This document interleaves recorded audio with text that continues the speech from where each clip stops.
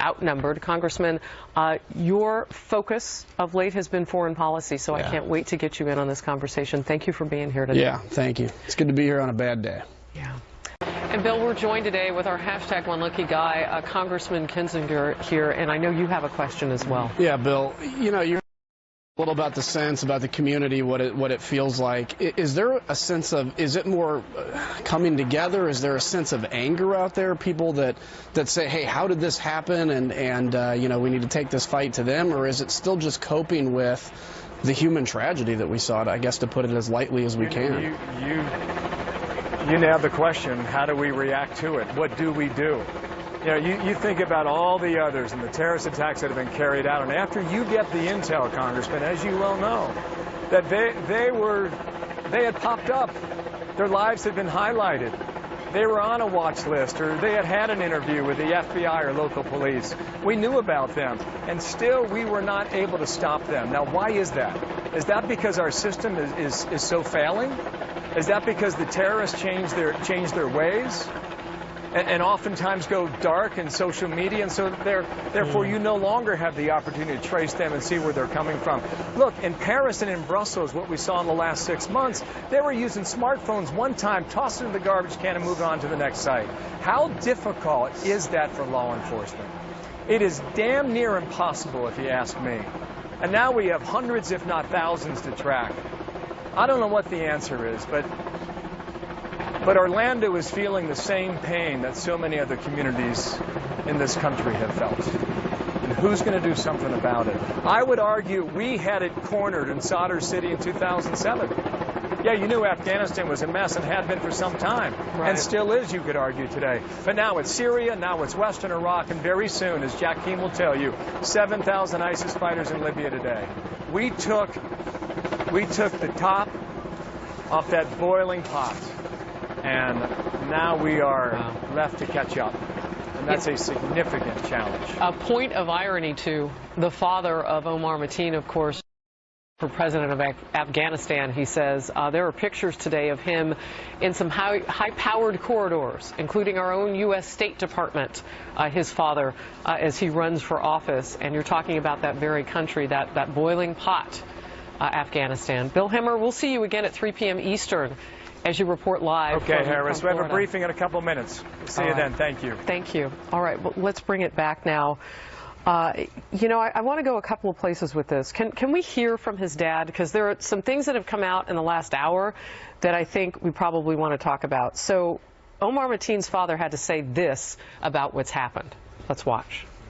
If I did know a 1% that he's committing such a crime, my son, I would have arrested myself, I would have called the FBI, I would have called the local law enforcement. I don't know why he did what he did.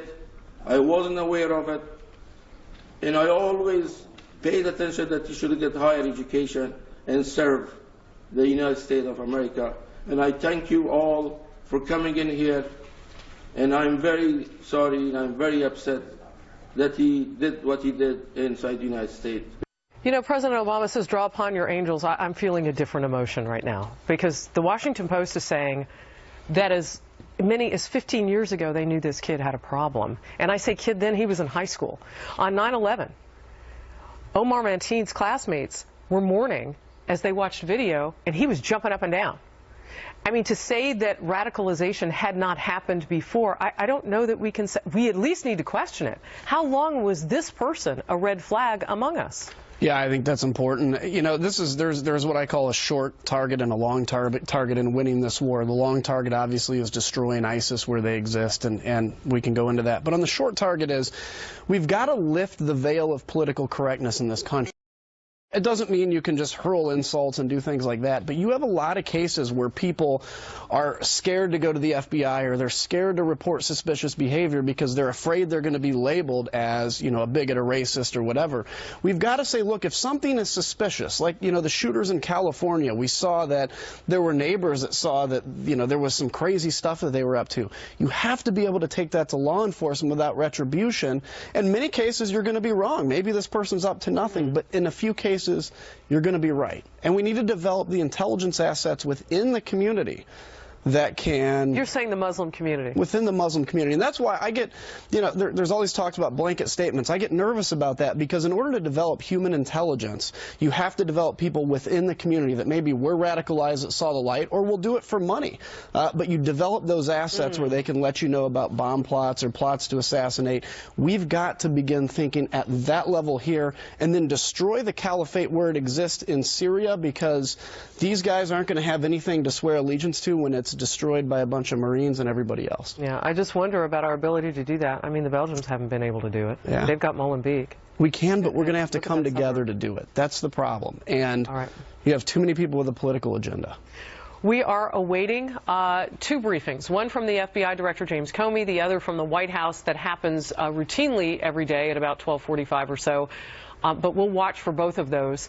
President Obama once again would not use the words radical Islamic terrorism in his remarks after the Orlando massacre. Congressman, we learned 3 things. We learned about the phone calls that happened that night. We learned about the radicalized element and all of this and kind of what they're looking at. And we also learned that, at least for Comey, no more using the name. These guys are seeking glory. We're not going to give it to them. Look, I think, first off, on the last point, when you use their name, when you show their picture, and I know it's kind of a right to know on certain things, and people can argue that, but you're encouraging other people that are basically in the same thing to say, look, I can become famous somehow. And so I think that's a concern that they have. But on the broader issue, look, is there more the FBI can do? This is something the FBI needs to and can figure out. But look, to an earlier point about, why is taking out people overseas going to stop this at home? When the Chicago Bulls are doing really well, everybody throws on a Bulls jersey. People want to be part of a winning team. When ISIS, when Al-Nusra, when all these fronts look like they're being successful, somebody that is prone to jihadism is more likely to take that step. Because again, if they're taught that this is the coming of the new caliphate, if that caliphate is destroyed by the West and by our allies in the region, they will have nothing to sell, because these people that are prone to radicalization will say, well, this was supposed to be the next caliphate, but it was just destroyed by the U.S. Marines and allies in the region. But Congressman, it's been a couple of years. Is it too late for that? No, it's not too late, but it's definitely not too late to take this seriously. Oh, it's absolutely late. But what about this? I mean, what about displacing the Taliban in Afghanistan, a place that you fought? What about the resurgence of the Taliban? Well, what about fighting Al-Qaeda to the point where you think they're on the verge of obliteration, and then ISIS pops up? Well, that is a great point, because we had both Taliban, we had Al-Qaeda, we had AQI on the ropes. When I left Iraq in 2009, we had won. This war was over. And the president even said it when he pulled out the troops in 2011. The problem is, though, we want to do something and then get away and leave, and you can't do that. Just like the Cold War took us 50 years to win a war of ideas, this is going to be a battle that, I hate to say it, takes generations, probably takes some shooting, but ultimately is a war of ideas in which the moderate Muslims need to come on our side. The shooting is not a replacement for the ideology. Absolutely not. I guess that's what is still going to, you are going to create more vacuums, and that ideology foments further. It is a short-term fight, which is what you have to do. You have to fight them. The long-term thing is to win the war on ideas. Okay, let's talk more about that with Ambassador Bolton, because we're fortunate to have a congressman and an ambassador here. And so, Ambassador Bolton, you're still with us? Yes, I'm here. Oh, terrific. I almost want you gentlemen to kind of talk to each other, because you're talking about the immediacy of war and then kind of the long reach of trying to turn the ship around in terms of ideology. Ambassador, how do you get there? Well, I think obviously both internationally and domestically you need a political response and a forceful response. But let me address this question that if you use force, whether it's in Afghanistan or as we did in Iraq or as we're doing now against ISIS, even though the president still says there are no boots on the ground, that we're just creating more of a problem, that you kill people and then more people come in. That's an argument not to do anything. And frankly, I think that when we show we are determined to eradicate this threat to the West, it does have a psychological effect on others. When the United States is perceived as weak, ineffective, unwilling to pay the price, the radicals and the terrorists take heart from that. You know, we are a long way from John Kennedy saying we were willing to pay any price and meet any burden. That was the resolve that it took to win the Cold War. This is the third ideological war that we faced in our lifetimes, unfortunately. And if we don't take the right approach to it and recognize it as an ideological struggle, it will get worse. Hey, it will not get better. Ambassador, you were listening to FBI Director James Comey just now confirming that this is a federal terrorism investigation. He said that there is strong indication that radicalization did occur with this killer. What stuck out to you from the very latest that we just heard from the FBI? Well, I thought that was the most statement we've had from a leader of the administration to date. And it's certainly the case. It's early. There are certainly areas that we don't understand fully, and we'll get more information on it. But let's not shy away from the problem. I think you have to treat the American people like adults. They've just seen 49 of their fellow citizens killed.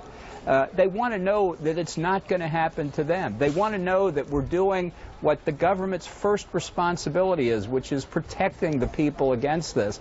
So I don't think there's anything wrong in people being angry and outraged by this. In fact, I think it's a mark of the failure of the president's leadership that he was so utterly dispassionate. It brought to mind Michael Dukakis' famous answer. He is opposed to the death penalty when he was asked, well, how would you feel about the death penalty if your wife were raped and murdered? And he gave a very lawyer-like answer. It was quite a good lawyer-like answer, and it demonstrated to people that he didn't have normal human emotions. Did you have a quick word? Because I know you want. No, I appreciate it, Ambassador. You know, I think the last point on that is just look, when we left Iraq, when we did the surge, it showed a very strong force that we were going to win. We were there and determined to win. When we left, it sent the opposite message. All right, Ambassador, thank you very much. You'll be with us tomorrow right here on Outnumbered. So we appreciate you today, and we'll see you tomorrow. Thank you very much. Okay, as we get more details about what happened in Orlando, questions popping up about what to do with terrorists' focus on so-called soft targets. Is there any way to protect against this? Fox News Alert, we are waiting now the White House daily briefing, press briefing, and as press secretary or deputy press secretary, whomever it will be today, steps to the lectern there, of course on Fox News, we'll bring it to you live. We want to thank the congressman for being here today. As we go into Outnumbered Overtime online, Facebook Live, you can watch us, Outnumbered FNC, if you want to watch us on Facebook, because we're new there. We'll be talking gun control and just how quickly this conversation, per the President of the United States yesterday, turned to the United States of gun control. Immediately. I mean, look, this is terrorism. Terrorism needs to be destroyed.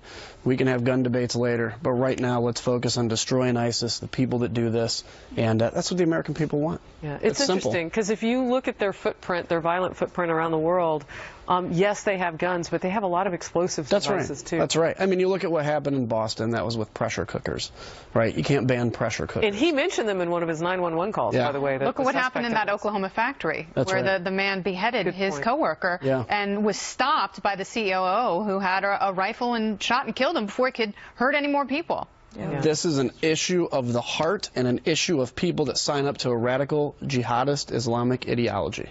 And it needs to be stopped. And that's what we need to be focused on, that goal. Congressman Kinzinger, we're so glad that you were here today. Thank you. Good to have you. Thank you. It's good to be here. Big conversation on Capitol Hill right now. We'll be watching you work, sir. All right, thank you.